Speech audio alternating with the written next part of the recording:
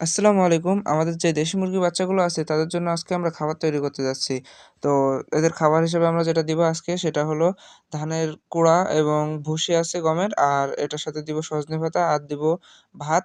আর এখানে ফ্যান বা মাড় যেটা ভাতের মাড় থাকে ওইটা দিলে একটু বেশি ভালো হয়। আর আমাদের যে মিক্সচার আছে মুরগি, তারপরে চীনা হাঁস এদেরকে অল্প, অল্প করে খেতে দেই।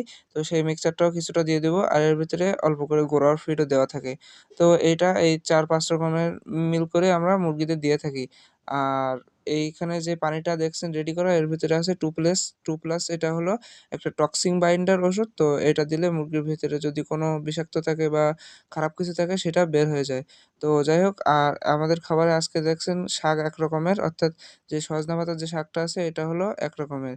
তো অন্যদিন আমরা দিয়ে থাকি আরো যেমন ফুলকপি, পাতাকপি আরো বিভিন্ন রকম শাকসবজি দিয়ে থাকি। তো ফলে খাবার খরচটা অনেক কমে আসে। আর ২৮ টা মুরগি আমাদের আপাতত আছে। এখান থেকে আ প্রায় ১-১.৫ মাস আগে আমাদের যে বাচ্চাগুলো ফুটছিল দেখেন আজকে তাদের গ্রোথ টা দেখেন মাশাআল্লাহ অনেক বড়ই হইছে তারা।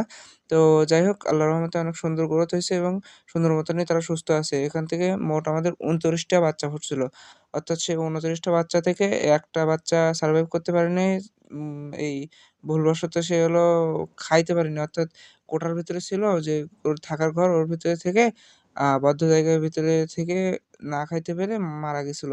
তো যাই হোক পরবর্তীতে বুঝতে পারছিলাম তার আগেই বাচ্চাটা মরে গেছিল। তো তারপরে এর থেকে আমাদের যে ২৮ টা বাচ্চা সেই ২৮ টা বাচ্চা দেখেন কত সুন্দর গ্রোথ আইছে। আর যে এই যে ছোট বাচ্চাগুলো দেখছেন এগুলো এদের পরের ব্যাচ অর্থাৎ ২০ দিন পরে এই বাচ্চাগুলো ফুটে। তো যাই হোক দেখেন কত একটা ঘাড়ছিলা মোরগ, কত সুন্দর মাশাআল্লাহ।